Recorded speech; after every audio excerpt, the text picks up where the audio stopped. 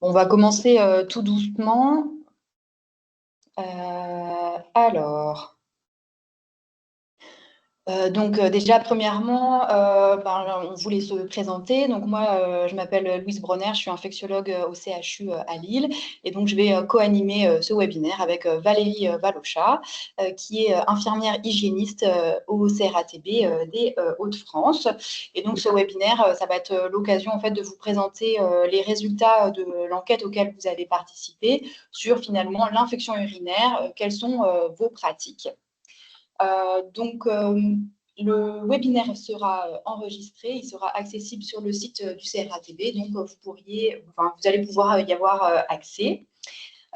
Concernant les questions, si vous voulez, vous pouvez les poser dans le chat et on y répondra à la fin. Si on n'a pas eu le temps, on vous enverra les réponses par mail. Et donc, Pierre Parou est également connecté, c'est notre biostatisticien qui a participé à l'étude et à l'analyse des résultats. Donc, il est aussi en ligne, il nous aidera pour les questions à la fin. Et donc, on voulait effectivement vous remercier d'avoir participé à cette enquête. Donc, qu'est-ce que c'est le CRATB? Donc, c'est le Centre régional en antibiothérapie des Hauts-de-France. Donc, on est plusieurs dans l'équipe à travailler au CRATB et on a pour cible en fait les établissements de santé, des établissements et services médico-sociaux. On va participer à l'expertise et à l'appui aux professionnels de santé pour le bon usage des antibiotiques, lutter contre la prévention de la résistance à ces antibiotiques, aider à la mise en place de stratégies et de plans régionaux pour la prévention des infections. Et on va participer à la coordination et à l'animation des réseaux de professionnels de santé. Donc, toutes les informations seront accessibles sur le site du CRATB qui est affilié au GILAR. Et donc, c'est assez pratique. Il y a tout un lien pour ce site où on peut retrouver les différentes actualités. Donc, par exemple, notre webinaire ici. Puis après, il y a les liens pour les webinaires à revisionner et de nombreux diaporamas de dernières réunions avec pas mal de topos qui peuvent être pratiques si ça vous intéresse. Donc, qu'est-ce que l'antibiorésistance?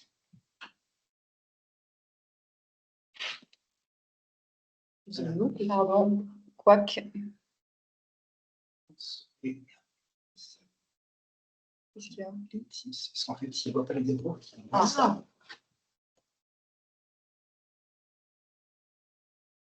Qu'est-ce que c'est? On reprend le partage. Et partage tout ton écran. Fenêtre, c'est ça? Non, écran complet. Ouais. Sur le diaporama. Écran et normalement, c'est la première. Bon, ça c'était pour la présentation, désolé. Et donc pour le lien pratique pour le GILAR qui est ici, désolé. Donc pour l'antibiorésistance, l'OMS a déclaré que la résistance aux antibiotiques était l'une des plus grandes menaces pour la santé.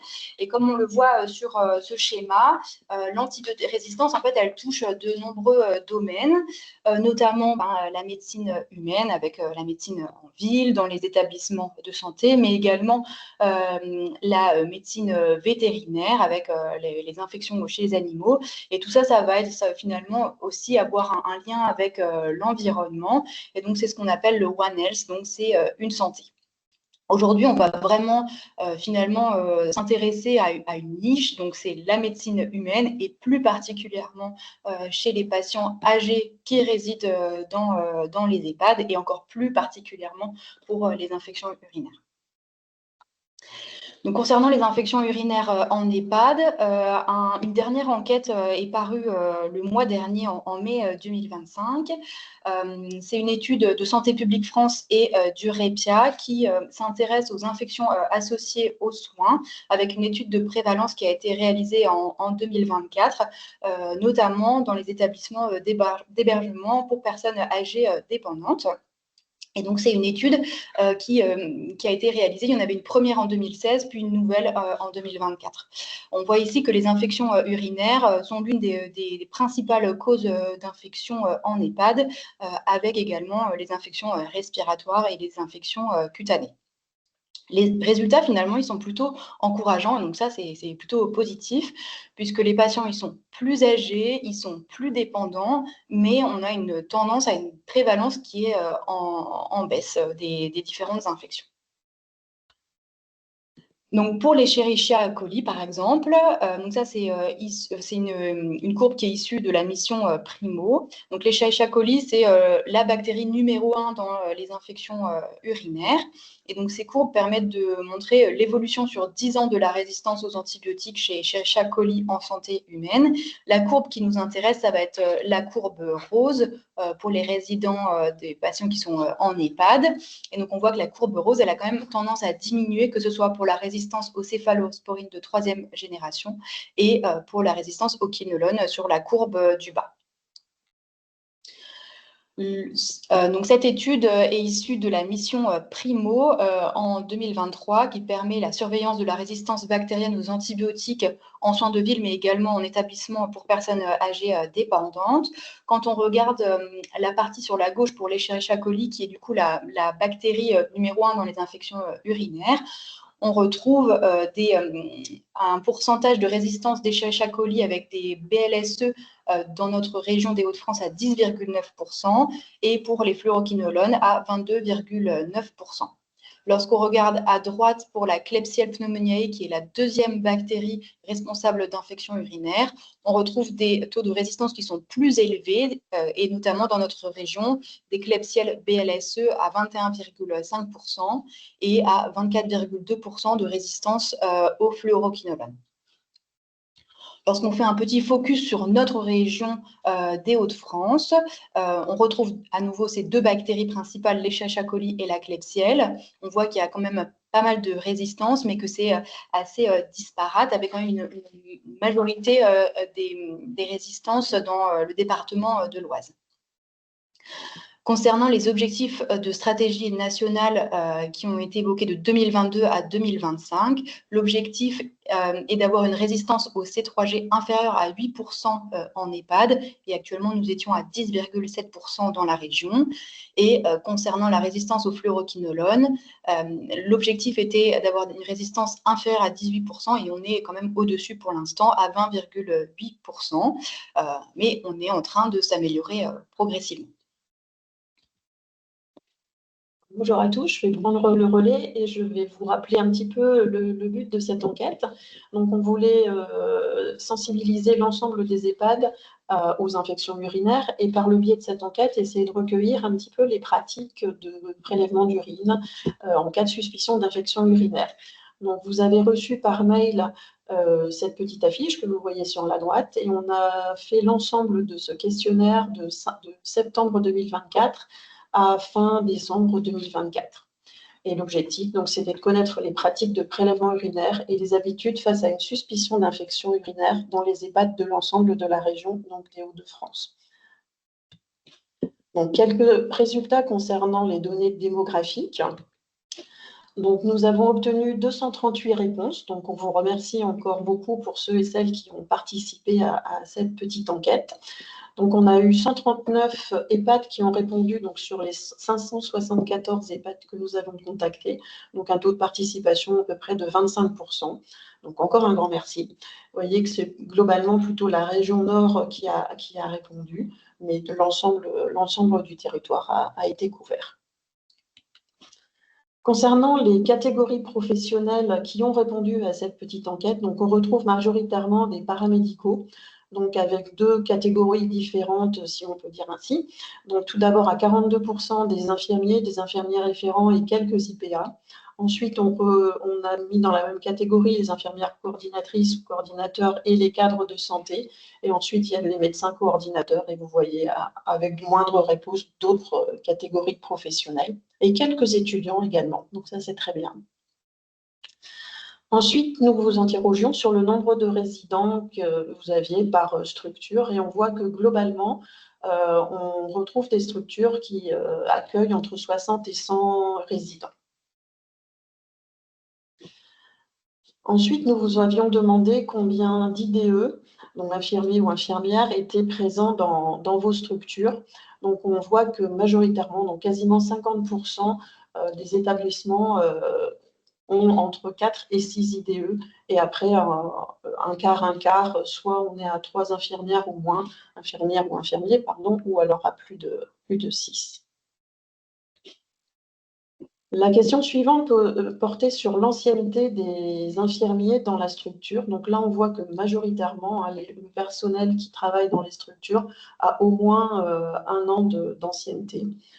Et ensuite, on voulait essayer de voir aussi si c'était plutôt moins de 6 mois ou on voyait aussi 4% sont là pour des remplacements ponctuels. Ensuite, les autres questions s'intéressaient à la suspicion d'infection urinaire. Donc, on vous proposait un certain nombre de réponses et on vous demandait quels signes faisaient évoquer une infection urinaire. Donc, vous voyez, là, on les a gradés. Donc, majoritairement, la réponse était la brûlure mictionnelle. Ensuite vient l'hyperthermie, la confusion, l'odeur nauséabonde, la rétention d'urine, une sensibilité suspubienne, une douleur du flanc, l'urine trouble. Et ensuite, moins de réponses pour la tachycardie et la soif. On voulait quand même faire un petit focus sur ces 2 éléments-là, donc l'odeur nauséabonde et les urines troubles, qui seuls, donc on va y revenir après, hein, mais seuls ne sont pas considérés comme des signes d'infection urinaire. Et vous voyez que 81% quand même, dans 81% des réponses, on retrouve quand même l'odeur nauséabonde. Ensuite, on avait une petite question concernant la bandelette urinaire. Et on vous demandait quels items vous faisaient suspecter une infection urinaire lorsque vous réalisiez une bandelette urinaire. Donc là, majoritairement, des bonnes réponses, hein, puisqu'on voit associer donc un taux de leucocytes et de nitrite élevé.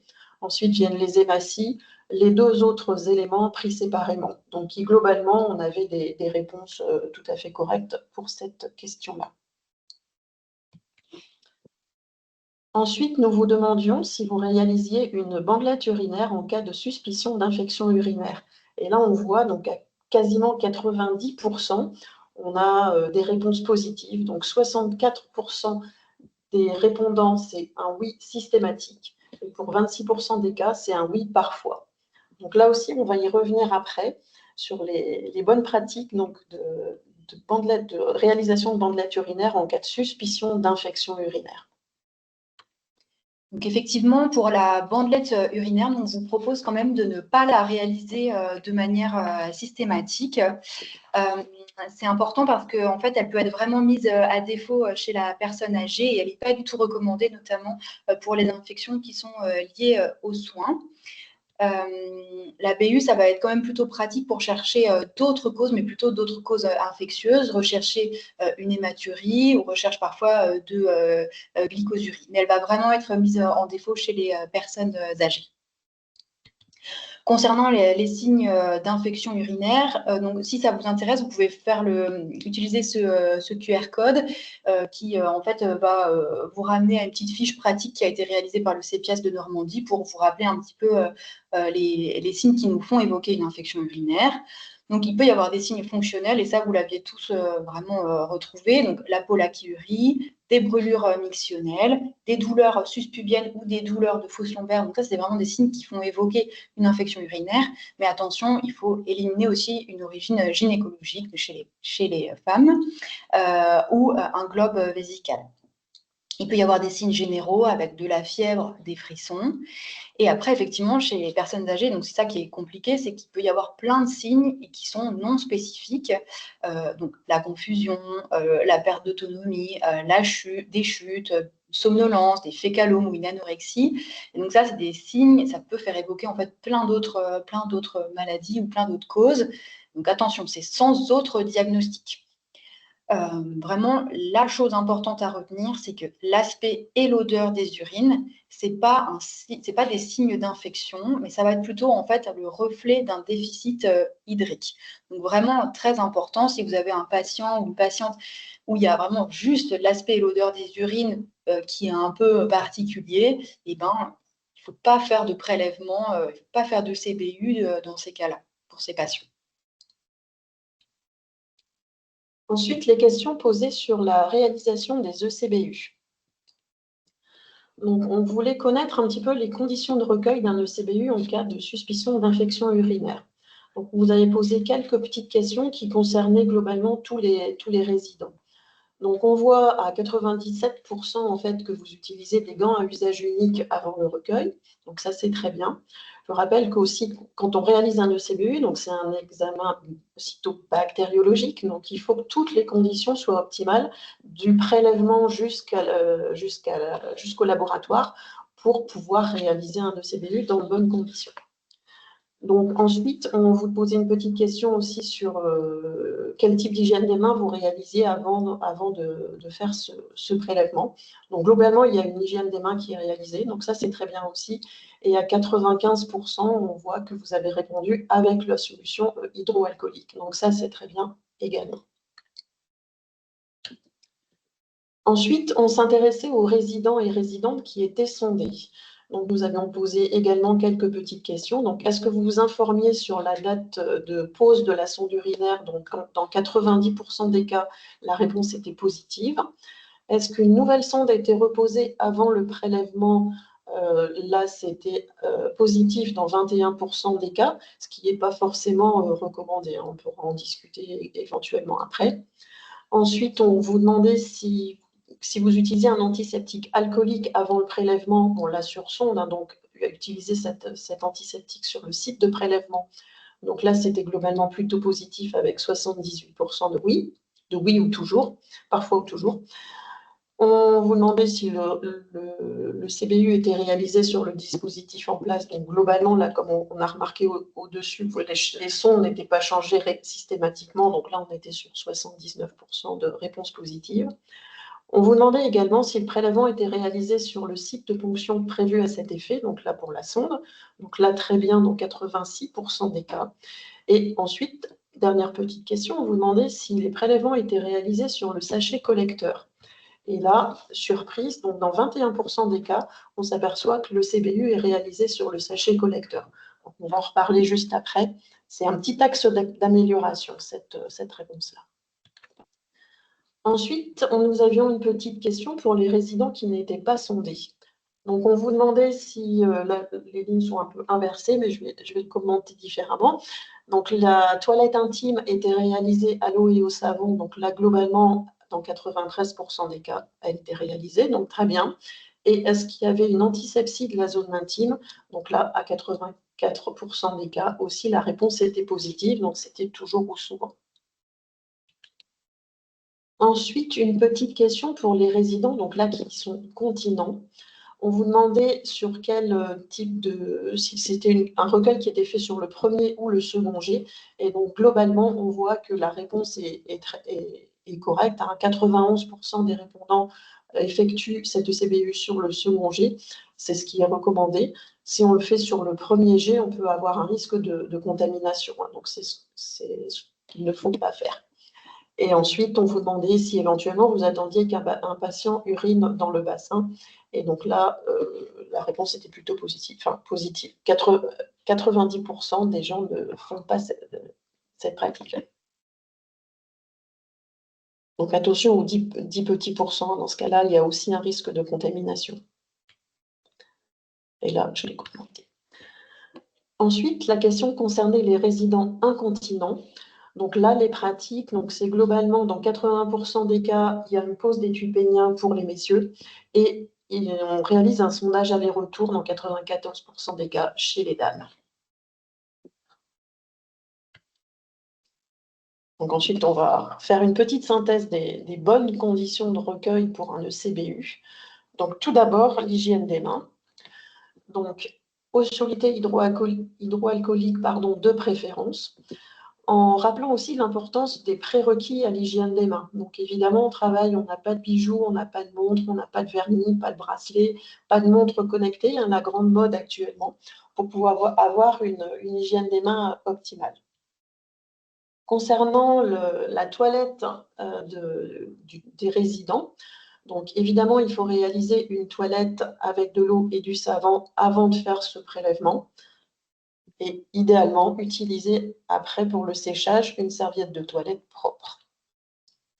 Concernant l'antisepsie de la zone, avant le prélèvement de CBU. Il faut donc réaliser cette antisepsie de façon large avec un antiseptique adapté.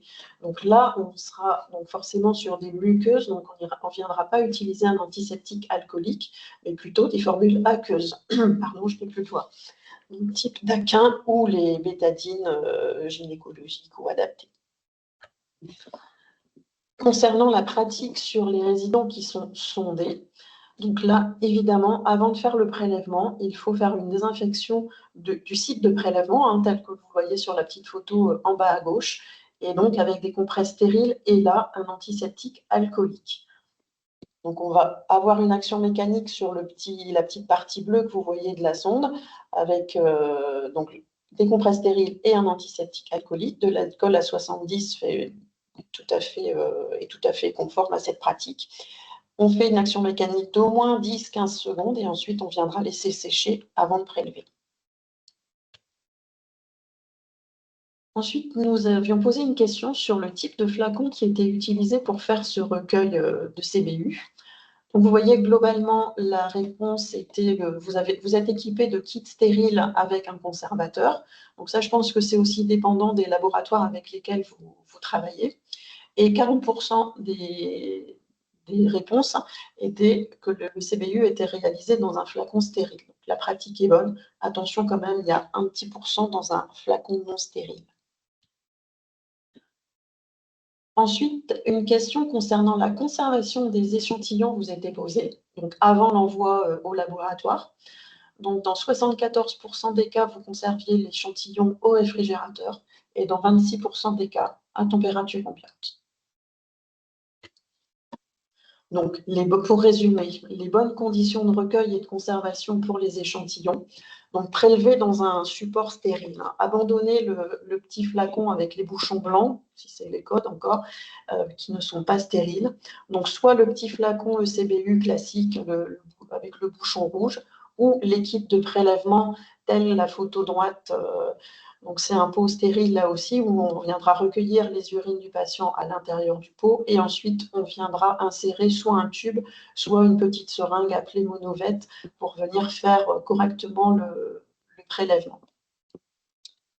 Concernant la conservation des flacons, donc au réfrigérateur, on peut les conserver 24 heures. À température ambiante, ça sera 2 heures uniquement. Et si vous êtes équipé donc, du kit que vous voyez sur la droite, enfin ce modèle-là, il existe d'autres modèles bien sûr, donc les kits dans lesquels il y a du borate dans le tube ou dans la seringue, la conservation est un petit peu plus longue, donc on peut la conserver 48 heures à température ambiante. Maintenant, la conduite à tenir en cas de suspicion d'infection urinaire. Donc, on vous demandait là si vous aviez des procédures formalisées dans l'établissement. Donc là, on voit que dans 46% des cas, oui, il y avait une procédure concernant la conduite à tenir en cas de suspicion d'infection urinaire.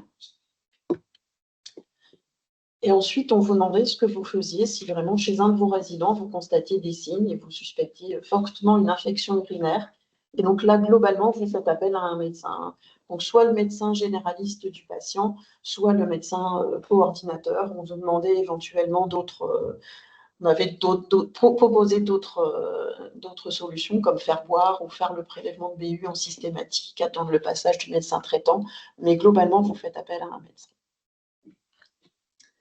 Ensuite, nous vous demandions s'il existait une procédure d'administration d'antibiotiques pour les dames, donc les résidentes, en cas de suspicion de cystite.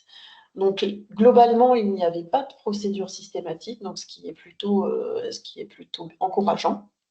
Et il y avait quand même 7% des répondants qui avaient donc une procédure. Et du coup, on vous demandait quel antibiotique était prescrit donc systématiquement avec cette procédure. Et les réponses étaient, alors c'est 7 réponses au total, étaient de la fosfomycine. Ensuite, une des dernières questions concernait l'hydratation de vos résidents. Donc, on vous avait fait des échelles entre 400 et 1 litre d'eau. Et donc, globalement, on voit que seulement 7% des résidents reçoivent plus d'1,2 litre. Donc là, on n'avait pas spécifié d'eau où on pouvait cumuler avec les solutés, les soupes, les cafés et autres boissons. Donc, on voit que le taux d'hydratation des résidents est quand même un petit peu faible, ce qui peut aussi parfois expliquer le fait d'avoir des urines concentrées, donc malodorantes, et de peut-être prélever, alors qu'il suffirait peut-être, hein, ça dépend des cas, mais d'hydrater un peu plus les patients pour ne pas avoir ces quelques signes d'odeur nauséabonde et d'urine concentrée. Donc, concernant la conduite à tenir, donc on voit ce petit schéma sur la droite où finalement on voit que c'est des bactéries de la peau ou du rectum qui vont en fait progressivement voyager et remonter le long de l'urètre pour aller atteindre en fait la vessie. Et soit il peut y avoir une colonisation, donc c'est juste des bactéries qui vont être présentes et qui vont remonter progressivement dans la vessie, et parfois elles vont donner une atteinte au niveau de l'organe et de la vessie, puis pouvoir remonter sur l'arbre urinaire et donner des signes d'infection. Donc, ce qui va être vraiment très important, c'est de faire la différence entre colonisation et infection. Donc, c'est vraiment c'est vraiment le cœur du débat, puisque un ECBU qui est positif mais sans signe clinique, ça va être une colonisation, alors qu'un ECBU positif avec des signes cliniques qui orientent vers une infection urinaire, c'est une infection. Donc vraiment, le maître mot, c'est la communication, et vous le faites, en tout cas, on a l'impression sur ces questions, c'est qu'il y a une communication entre le soignant qui va faire le prélèvement et le médecin qui va prescrire l'antibiotique pour savoir quand on met des antibiotiques et quand on n'en met pas. Donc attention, si on est face à une colonisation, il ne faut pas prescrire d'antibiotiques. Et pourquoi? Parce qu'en fait, dès qu'on met des antibiotiques, eh ben, on peut s'exposer à des toxicités et à des effets secondaires des antibiotiques, notamment par exemple de la diarrhée, et ça va entraîner une augmentation de l'antibiorésistance, qui est tout le but finalement aussi de ce webinaire. Quand on est face à un ECBU qui est positif avec des signes cliniques qui orientent vraiment vers une infection, dans ces cas-là, oui, on va mettre des antibiotiques, mais attention, il faut toujours réévaluer cette antibiothérapie. On réévalue l'indication. Si le patient si on l'a mis sur une confusion, par exemple, et qu'on a trouvé une autre cause une autre cause de confusion, par exemple un fécalome, et ben peut-être que dans ces cas-là, on peut arrêter l'antibiotique.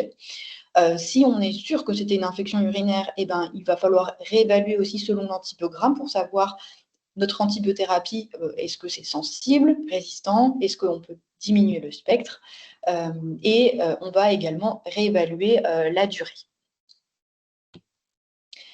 Il y a quelques petites choses au niveau de la prévention qui sont plutôt accessibles à tous. Et donc, vraiment, l'important, c'est la toilette intime, donc vraiment du pubis vers l'anus pour éviter les risques de contamination et d'infection. Favoriser l'hydratation. Donc ça, on a vu que finalement, c'était vraiment un levier majeur pour lequel, si on favorise l'hydratation de nos patients, ça peut vraiment aider. Favoriser l'émiction et lutter contre la constipation. Parce que vraiment, la constipation, ça peut être source d'infection urinaire. Concernant, alors les dernières questions, c'était pour vous interroger un peu sur vos attentes, pour savoir qu'est-ce qui vous intéresse pour vous aider dans votre pratique. Et donc, on vous avait demandé si vous étiez intéressé par des cas pratiques concernant la prise en charge des infections urinaires. Et là, vous étiez quand même plutôt une majorité à être intéressés. Donc, concernant les types de supports souhaités, donc, il y a des choses qui sont réalisées, d'autres qui sont en cours, notamment, alors, vous étiez beaucoup à vouloir des fiches techniques et des mini-tutoriels. Donc, c'est en cours, on est en train de travailler là-dessus avec Valérie, avec l'équipe du CRATB et également des EMH. Donc, voilà, ce sera dans les prochains temps, on pourra vous le communiquer.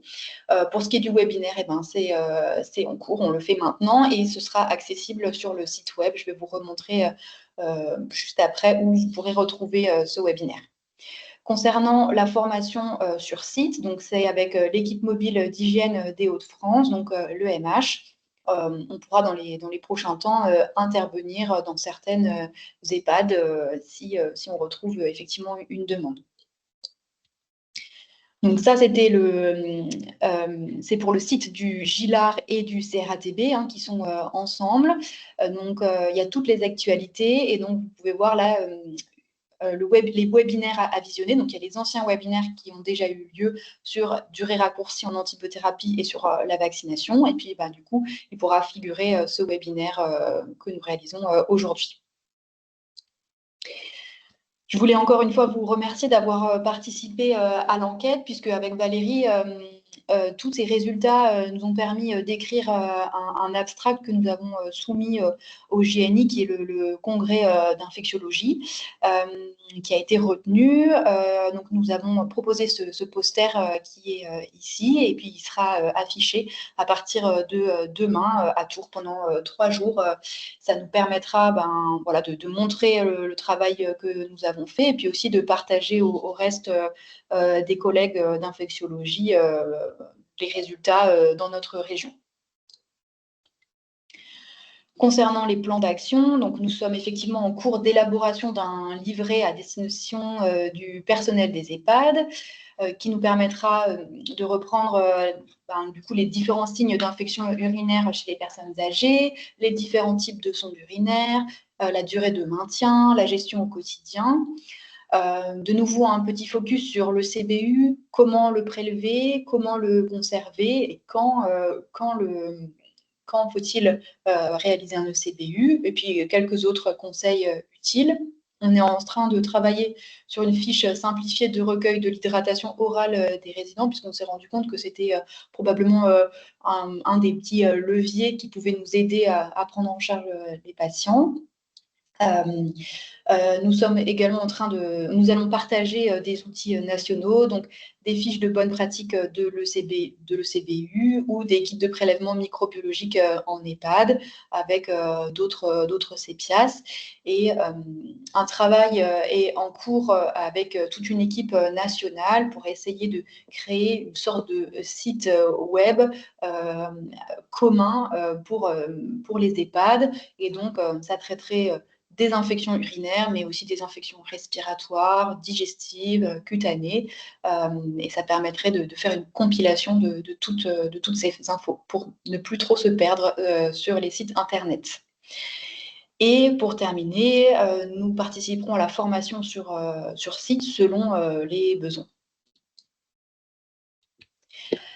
Si vous voulez en savoir plus sur l'antibiorésistance, je peux vous proposer d'aller sur ce site du REPIA Primo avec Santé publique France, où il y a beaucoup d'informations sur l'antibiorésistance et pas que sur les infections urinaires. Ça permet aussi de pas mal de vulgariser et puis de pouvoir proposer des documentations aussi pour les résidents, pour leurs familles. Et également, la dernière petite chose, c'est que sur ce site, il y a des podcasts qui sont pratiques. Ça dure 1 ou 2 minutes et ça touche il y a plein de sujets abordés sur l'antibiorésistance, notamment celui-là que j'avais retrouvé sur les infections urinaires et antibiotiques. Donc, vous pouvez le proposer pour effectivement les résidents ou pour leurs familles s'ils ont des questions. Voilà, on voulait vous remercier d'avoir participé et puis de vous être connecté à ce webinaire. On vous laisse les coordonnées donc par mail ou par téléphone si vous avez besoin de nous contacter. Donc, on va commencer à regarder un petit peu les questions. Alors, pour l'instant, il y a une seule question, donc n'hésitez pas à en poser si vous en avez d'autres. Donc, de Camille L. De nouvelles recommandations européennes concernant l'antisepsie ne recommandent plus l'utilisation d'antiseptiques après la toilette à l'eau et au savon. Certains CEPIAS recommandent de suivre ces nouvelles recommandations. Qu'en pensez-vous ? Alors oui, pour l'entretien, entre guillemets, au quotidien, une toilette à l'eau et au savon suffit pour les patients et résidents qui sont porteurs d'une sonde urinaire. Là où on fait appel à quand on a parlé d'antisepsie, c'est pour la réalisation d'un ECBU. Donc les résidents porteurs de sonde, en dehors du moment où on pose la sonde, qui là nécessite une antisepsie, au quotidien, une toilette à l'eau et au savon, donc du haut vers le bas, comme l'a dit Louise, suffit. Elle précise qu'elle parle pour effectuer le CBU au second jet. Mais là, nous, on est encore à l'utilisation d'un antiseptique pour cette pratique-là, en tout cas. Ça évoluera peut-être.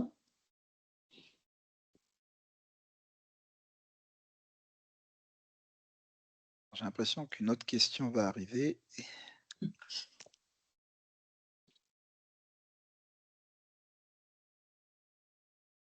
Alors, faut-il changer la sonde urinaire avant réalisation ECBU?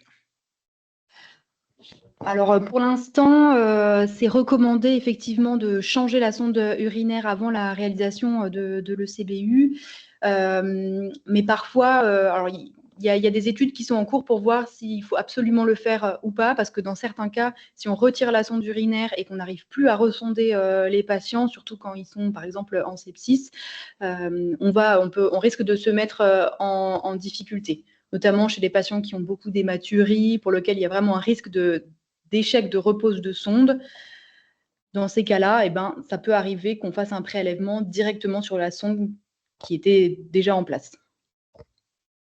Alors ensuite, lorsque l'on pose un étui pénien pour le recueil d'urine chez un homme, quel est le délai pour prélever les urines? Alors là, on n'a pas vraiment recherché pour cette question, mais moi je dirais autour de 30 minutes, à partir du moment où le patient a uriné par le biais de ce type de collecteur, hein. Après, plus on laisse quelque chose d'humide, ou plus on a un risque de contamination.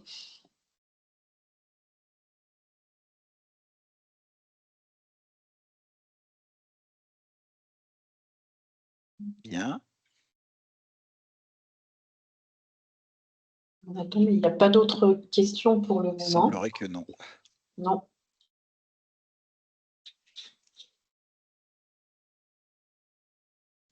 En tout cas, on vous remercie tous pour votre participation et à l'enquête, si vous avez participé, et de vous être connectés. On voit une question arriver. Alors voilà. Pour l'hydratation, est-ce que tous les liquides sont valables, tels que la bière sans alcool? Je pense que oui. C'est l'hydratation en général. Alors, je ne sais pas quand vous avez répondu si vous aviez estimé que c'était que l'eau, mais je pense qu'effectivement, de l'eau, le café ou le thé, effectivement, des bières sans alcool, je pense que tout ça participe à l'hydratation des résidents. Alors, je n'ai pas entendu le début de votre présentation, mais certains CEPIAS recommandent l'arrêt des bandelettes urinaires avant ECBU. Et vous? Nous, on est plutôt d'accord aussi. Je pense que le CBU, c'est pas assez fiable chez les personnes âgées. Ça peut être vraiment mis en défaut. Ça marche pas très très bien. Donc je pense qu'effectivement, en EHPAD, il faut abandonner la BU et il faut plutôt vraiment essayer de traquer des vrais symptômes qui nous font vraiment orienter vers une infection urinaire et qui nous incitent à faire un ECBU. Le problème, c'est que si la BU elle est positive parce qu'on a quelques croix de leuco ou une croix de nitrite, on va se dire tiens, c'est une infection urinaire, je fais un prélèvement. Ce prélèvement, il va être probablement positif. Et s'il n'y a pas une bonne communication autour de ce prélèvement, ce qui a motivé ce prélèvement, le risque, c'est qu'on va se retrouver avec une bactérie, parfois qui est super résistante. Le médecin, il va pas savoir s'il faut traiter ou pas. Et parfois, ça peut vraiment entraîner une surprescription d'antibiotiques. Donc, plutôt ne pas faire de BU.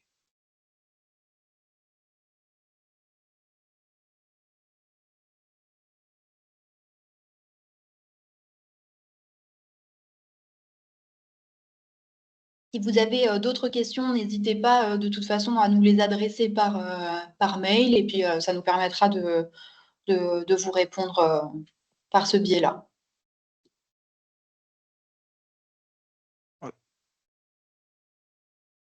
Comme l'a dit Louise, on travaille actuellement à l'élaboration d'un livret avec un petit peu un résumé de tout ce qu'on vous a dit là tout à l'heure. Donc, je travaille avec certaines des infirmières des différentes EMH de la région. On a déjà bien avancé sur le sujet. Alors, j'aime pas donner de date, mais probablement au cadeau de Noël. On va tout faire pour, en tout cas.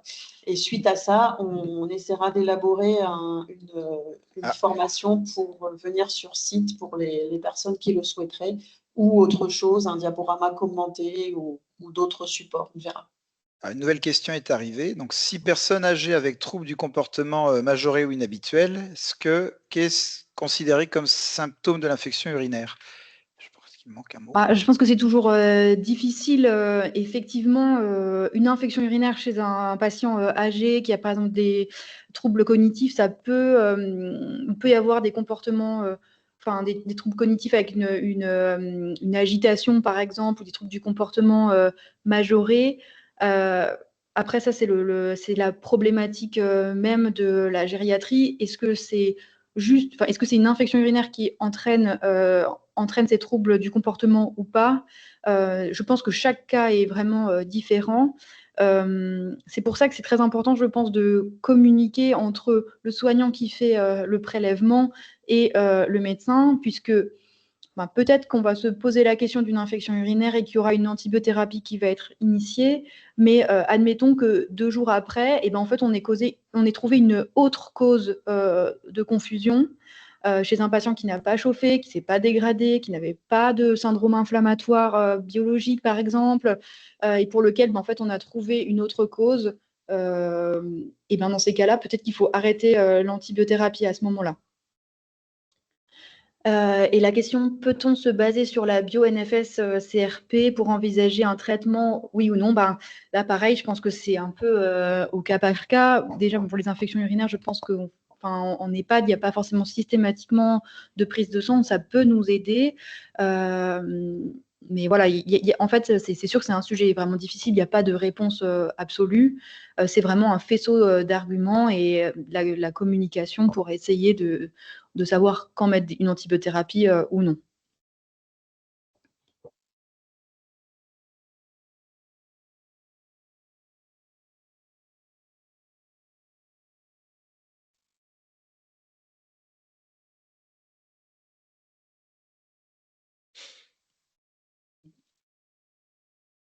Autre question. Il est l'heure d'aller manger, peut-être. En tout cas, merci beaucoup d'avoir participé. Désolée pour le couac du diaporama au début. Et puis, voilà, il sera disponible sur le site dans les prochains temps. Et puis, on continue à travailler pour vous faire ces petites fiches pratiques. Et puis, on vous les enverra au plus vite. Voilà, bonne journée. Bonne journée. Bonne journée.